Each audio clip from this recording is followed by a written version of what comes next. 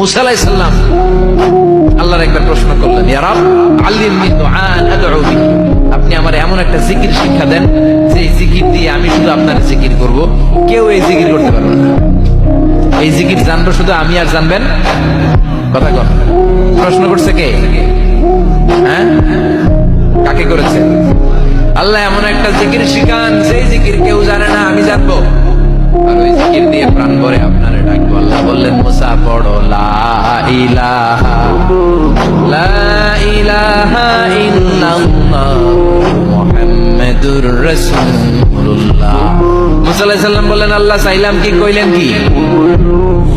লা ইলাহা তো জাতীয় জিকির, এটা তো আন্তর্জাতিক জিকির, এটা জানে না এমন কেউ নাই, এমনকি হিন্দু ভাইরাও জানে। কথা কর।